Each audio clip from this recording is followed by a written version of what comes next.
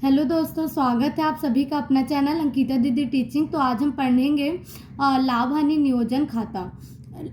आज हम लाभ हानि नियोजन खाता बनाना सीखेंगे। ठीक है, कि लाभ हानि नियोजन खाता किस प्रकार बनाया जाता है। ठीक है, तो सबसे पहले देखो, लाभ हानि नियोजन खाता बनाने का दो स्थिति होता है। ठीक है, लाभ हानि नियोजन खाता बनाने का कितना स्थिति होता है जी?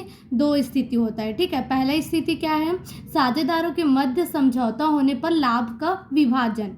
ठीक है, देखो, मैंने इससे पहले लाभ हानि नियोजन खाता का जितना भी कॉन्सेप्ट है उसको पिछले वीडियो में पूरा डिटेल से बता दिया है। ठीक है, तो यदि आप लोगों ने अभी तक उस वीडियो को नहीं देखा होगा तो देख लीजिएगा।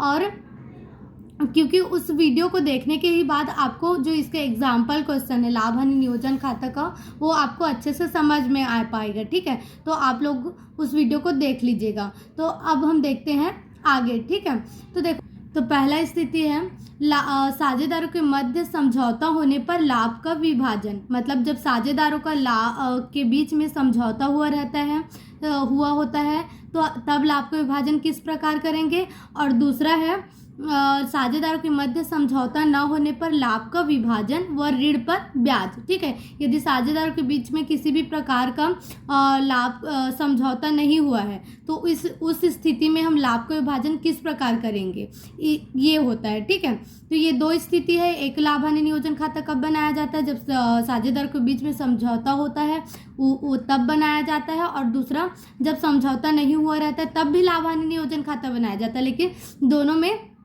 अलग अलग नियम होता है। ठीक है, तो आज हम लोग पहला स्थिति से संबंधित क्वेश्चन के बारे में पढ़ेंगे। ठीक है, जब साझेदारों के बीच में क्या हुआ रहेगा? समझौता हुआ रहेगा तब। ठीक है, तो देखो पहला क्वेश्चन, अशोक और अनिल एक फर्म में साझेदार है तथा लाभ हानि को बराबर बराबर बांटते हैं। 1 जनवरी 2017 को उनकी पूंजी क्रमशः 40,000 रुपये तथा 20,000 रुपये की थी। उनको लाभ बांटने से पूर्व पूंजी पर ब्याज 5% प्रति वर्ष की दर से देना है। 31 दिसंबर 2017 को समाप्त वर्ष का लाभ पूंजी पर ब्याज देने के पूर्व 16,000 रुपये था। उपरोक्त लेखा करने के लिए आवश्यक पंजी प्रविष्टियाँ कीजिए तथा 31 दिसंबर 2017 को समाप्त वर्ष का लाभ हानि नियोजन खाता बनाइए। ठीक है, अब देखो क्वेश्चन को आराम से समझते हैं। ठीक है, तो देखो क्या बोल रहे हैं, अशोक और अनिल एक फर्म में साझेदार हैं तथा लाभ हानि को बराबर बराबर बांटते हैं। ठीक है, अशोक और अनिल क्या है जी?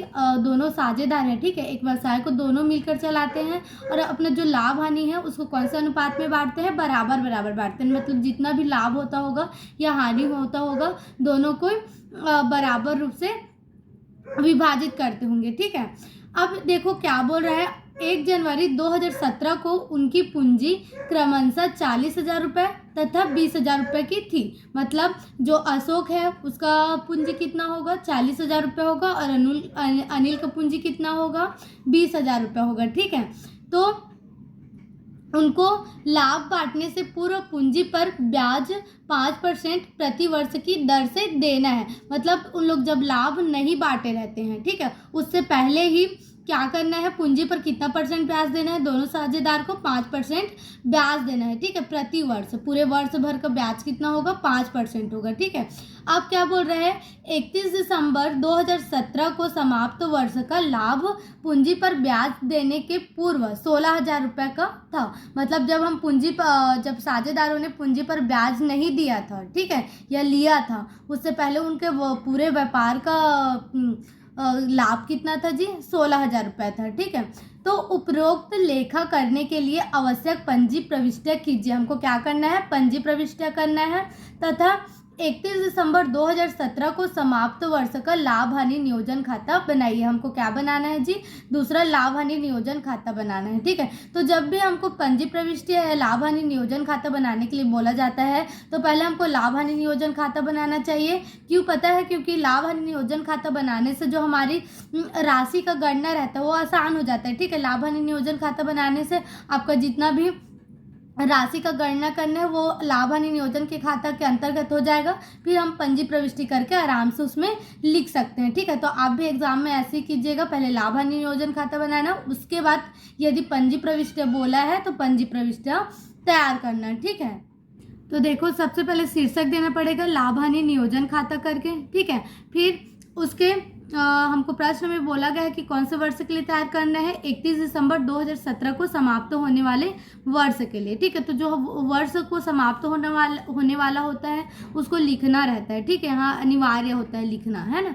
फिर तो इसका प्रारूप क्या होता है, लाभ हानि नियोजन खाता का विवरण राशि। ठीक है, तो बाया पक्ष का होता है विकलन के लिए विवरण राशि, जो विवरण राशि है वो बाया पक्ष किसके लिए होता है, विकलन के लिए, और जो दाया पक्ष हो किसके लिए रहता है, समाकलन पक्ष के लिए रहता है। ठीक है, विवरण राशि करके तो सबसे पहले हमको समाकलन पक्ष में क्या लिखा जाता है, जो पूरे वर्ष का लाभ होता है उसको लिखा जाता है। ठीक है, तो हमने अभी प्रश्न में पढ़ा है कि पूरे जब पूंजी पर ब्याज नहीं दिया गया था उससे पहले हमारे पूरे वर्ष भर का लाभ कितना था, 16,000 रुपये था। ठीक है, तो उसको अब ये लाभ हानि नियोजन खाता है तो लाभ तो लिख नहीं सकते हैं ना, तो इसको क्या लिखेंगे, शेष लाया गया लिखेंगे, शेष लाया गया 16,000 रुपये। ठीक है, और ये कौन सी अमाउंट आपको पता है ना, लाभ का अमाउंट है। ठीक है, आप प्रश्न में अच्छे से देख लीजिएगा।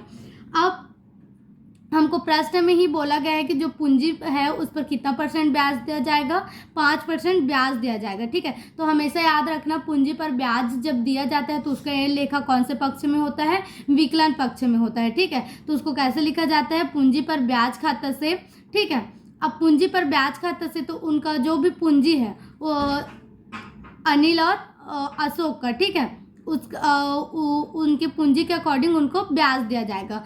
तो पूंजी का हमको ब्याज का गणना करना पड़ेगा। ठीक है, तो उसी को वर्किंग नोट करके आपको दिखाना पड़ेगा, है ना, एग्जाम में कि पूंजी पर ब्याज की गणना। ठीक है, तो पहला साझेदार कौन था जी, अशोक था। अशोक का पूंजी कितना था, 40,000 रुपये था। ठीक है, तो 40,000 रुपये लिखा गया। फिर 40,000 में उसको कितना % ब्याज मिलेगा, 5% मिलेगा। तो 40,000 गुणा कितना आ गया, 5/100। तो 5 अभी दोनों जीरो से ये दोनों जीरो क्या हो जाएगा, कैंसिल हो जाएगा। 5 शून्य शून्य, 5 शून्य शून्य, 5 चौ 20। तो अशोक को कितना मिलेगा, पूंजी पर ब्याज 2,000 रुपये मिलेगा। ठीक है, फिर उसी प्रकार अनिल का पूंजी कितना था, 20,000 रुपये था। ठीक है, प्रश्न में हमको बोलो कितना दिया गया है, 20,000 रुपये दिया गया है। तो 20,000 का 5% क्या हो जाएगा, 5 गुणा 100, है ना। तो ये दोनों जीरो से ये दोनों कैंसिल हो जाएगा, है ना। 5 शून्य शून्य, 5 शून्य शून्य, 5 दूनी 10। तो अनिल का पूंजी पर ब्याज कितना मिलेगा, 1,000 रुपये मिलेगा। ठीक है, तो इसी को लिखा गया है पूंजी पर ब्याज खाता से अशोक का कितना आया, 2,000। तो अशोक 2,000 और अनिल का कितना आया, 1,000 रुपये। तो अनिल 1,000 रुपये। ठीक है, दोनों को हम जोड़ेंगे तो टोटल कितना हो जाएगा, 3,000 हो जाएगा, है ना। मतलब पूंजी पर ब्याज टोटल कितना दिया गया है, 3,000 रुपये दिया गया है। ठीक है, अब हमको प्रश्न में केवल इतना ही तो लेखा करने के लिए दिया गया है ना, कि हमको ये बताया गया है कि टोटल हमारा लाभ कितना है, 16,000 रुपये है, और पूंजी पर ब्याज कितना देना है, 5%। इसके सिवाय तो हमको कुछ इंस्ट्रक्शन मिला ही नहीं है कि वेतन, कमीशन, बोनस, कुछ किसी भी चीज़ के बारे में हमको तो दिया ही नहीं है। तो केवल हम क्या करेंगे, पूंजी पर ब्याज की गणना करेंगे। अब क्या करेंगे जी, अब देखो समाकलन पक्ष में कितना 16,000 रुपये है और विकलन पक्ष में केवल कितना है जी, 3,000 रुपये, है ना। तो हमको हमेशा जो लाभ हानि नियोजन खाता है उस दोनों साइड को क्या करना रहता है, बराबर करना रहता है। तो बराबर कैसे होगा, बराबर करने के लिए हमको क्या करना पड़ेगा, शेष निकालना पड़ेगा। तो शेष कैसे निकालते हैं, जो ज़्यादा राशि रहता है उसमें कम राशि को क्या किया जाता है जी, घटाया जाता है। ठीक है, जैसे कि हमारा लाभ कितना है, टोटल 16,000, और हमारे विकलन पक्ष में केवल कितना आया है, ब्याज 3,000 रुपये। तो क्या करेंगे, 16,000 में 3,000 को घटाएंगे तो कितना आएगा जी, 13,000 रुपये आ जाएगा। ठीक है, अब 13,000 को क्या करेंगे, दोनों साझेदारों के बीच में बांटेंगे। और हमेशा याद रखना, यदि आपका शेष कौन से पक्ष में आता है, विकलन पक्ष में आता है तो लाभ कहलाता है, और यदि आपको शेष कहाँ ले जाना पड़ता है, समाकलन पक्ष में, तो हमेशा क्या होता है, हानि होता है। तो हमारा कम कौन से पक्ष में है जी, कम राशि कौन से पक्ष में है, विकलन पक्ष में। विकलन पक्ष में कम राशि मतलब हमको क्या हुआ है, लाभ हुआ है। ठीक है,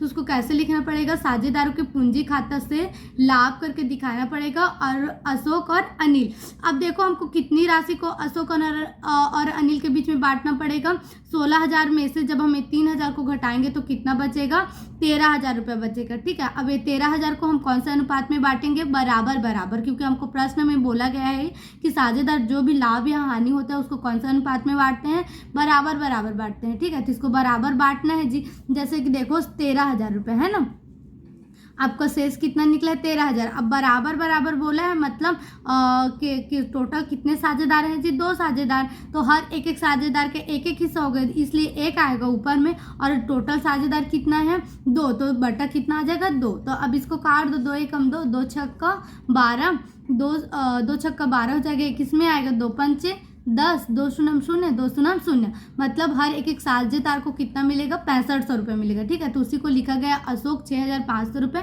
अनिल 6,500 रुपये, दोनों को जब ऐड करेंगे टोटल कितना हो जाएगा? 13,000 रुपये हो जाएगा। ठीक है, तो अब हमारा विकलन पक्ष भी कितना हो गया? 16,000 रुपये हो गया, और समकलन पक्ष भी कितना हो गया?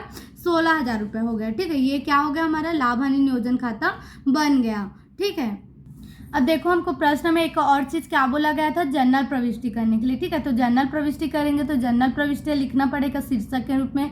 जनरल प्रविष्टि का प्रारूप क्या होता है? दिनांक, विवरण, खाता पृष्ठ, विकलन, समकलन होता है। ठीक है, तो ये हो गया समकलन। दिनांक हमको कौन से वर्ष के लिए बोला गया था? 2017 31 दिसंबर है ना, तो 2017 दिसंबर 31 लिखे। ठीक है, अब देखो हमको सबसे पहला स्थिति क्या बोला गया था? पूंजी पर ब्याज देना है। तो जब पूंजी पर ब्याज दिया जाता है तो उसका जनरल प्रविष्टि क्या होता है? पूंजी पर ब्याज खाता विकलन होता है, साझेदारों के पूंजी खाता से होता है। ठीक है, हमेशा याद रखना, जब पूंजी पर ब्याज दिया जाता है तो उसका जनरल प्रविष्टि क्या होगा? पूंजी पर ब्याज खाता विकलन साझेदारों के पूंजी खाता से। तो हमारे टोटल साझेदार कितने हैं जी? 2 साझेदार, और पहला साझेदार का क्या नाम है? अशोक नाम है। ठीक है, तो अशोक के पूंजी खाता से हो जाएगा, और दूसरा साझेदार का क्या नाम है? अनिल है, तो अनिल के पूंजी खाता से। तो हम लोग जब पूंजी पर ब्याज की गणना करें तो हमारा जो अशोक था उसको पूंजी पर ब्याज कितना मिला है? 2,000 रुपये मिला, तो अशोक के पूंजी खाता से में कितना आ गया? 2,000 रुपये। और जब अनिल का पूंजी का ब्याज की गणना की तो टोटल कितना आया था? 1,000 रुपये, तो अनिल के पूंजी खाता से में कितना आ गया? 1,000 रुपये। ठीक है, अब इस दोनों राशि को ऐड करेंगे टोटल कितना हो जाएगा? 3,000 रुपये, तो पूंजी पर ब्याज खाता में कितना आ जाएगा? 3,000 रुपये आ जाएगा। ठीक है, अब इसका क्या करना पड़ता है? नरेशन लिखना पड़ता है। ठीक है, नरेशन मीन्स क्या होता है? व्याख्या करना पड़ता है कि यहाँ पर आप क्या किए उसको यहाँ बताना पड़ता है ना। तो पूंजी पर ब्याज साझेदार के पूंजी या चालू खाता में क्रेडिट या जमा करने पर। ठीक है, मतलब पूंजी पर जो ब्याज मिला उसको साझेदार के पूंजी खाता में क्या किया गया है? जमा किया गया है ना। अब देखो दूसरा जनरल प्रविष्टि क्या होता है? जब पूंजी पर ब्याज दिया जाता है तो जो पूंजी पर ब्याज दिया जाता है उसको कौन से खाता में आंतरिक क्या करना पड़ता है? लाभ हानि नियोजन खाता में। तो जब लाभ हानि नियोजन खाता में पूंजी पर ब्याज को आंतरिक किया जाता है तब उसका जनरल प्रविष्टि क्या होता है? लाभ हानि नियोजन खाता विकलन पूंजी पर ब्याज खाता से। तो पूंजी पर ब्याज को लाभ हानि नियोजन खाता में हस्तांतरित करने पर, मतलब जो हम पूंजी पर ब्याज की राशि निकालें उसको हमको सेकेंड टाइम किस में लिखना पड़ता है? लाभ हानि नियोजन खाता में। तो उसी को बोला गया है जो पूंजी पर ब्याज है उसको लाभ हानि खाता में आंतरित करने पर, तो इसका जनरल प्रविष्टि होगा लाभ हानि नियोजन खाता विकलन पूंजी पर ब्याज खाता से। और टोटल हमारा पूंजी पर ब्याज कितना निकला है जी? दोनों साझेदार मिला के 3,000 निकला है ना, तो लाभ हानि नियोजन खाता में भी कितना आएगा? 3,000 रुपये आएगा, और पूंजी पर ब्याज खाता से में भी कितना आ जाएगा? 3,000 रुपये आ जाएगा। ठीक है, अब इसका तीसरा जनरल प्रविष्टि क्या होगा? देखो जब लाभ हानि नियोजन खाता बनाए तो हमको क्या हुआ था? लाभ हुआ था ना, तो जो लाभ की राशि है उसको क्या किए थे? साझेदारों में बांटे थे। ठीक है, तो जब साझेदारों को लाभ होगा तब उसकी जनरल प्रविष्टि क्या होगा पता है आपको? लाभ हानि नियोजन खाता क्या हो जाएगा? विकलन हो जाएगा साझेदारों के पूंजी खाता से। तो साझेदार कौन है जी? अशोक और अनिल, तो अशोक के पूंजी खाता से और अनिल के पूंजी खाता से लाभ का वितरण साझेदारों में करने पर, ऐसा करके उसका क्या होगा? नरेशन होगा। तो यदि हानि होता है तो इसका जस्ट उल्टा हो जाएगा, जो साझेदारों का पूंजी खाता है वो विकलन हो जाएगा और जो लाभ हानि नियोजन खाता है वो क्या हो जाएगा? समकलन हो जाएगा। लेकिन हमको जो अभी का प्रश्न उसमें क्या हुआ? लाभ हुआ, तो लाभ हानि नियोजन खाता क्या हुआ है? विकलन हुआ है, और साझेदारों के पूंजी खाता से, मतलब अशोक और अनिल के पूंजी खाता से जब हम विभाजन किए लाभ का, तो हर एक एक साझेदार को कितना पैसा प्राप्त हुआ था जी? 6,500 रुपये, 6,500 रुपये। तो उसी को लिखा गया है अशोक के पूंजी खाता से 6,500 रुपये और अनिल के पूंजी खाता से 6,500 रुपये। ठीक है, इस दोनों राशि को जब हम टोटल करेंगे टोटल कितना हो जाएगा? 13,000 रुपये। तो लाभ हानि नियोजन खाता में कितना आ गया? 13,000 रुपये आ गया। ठीक है, तो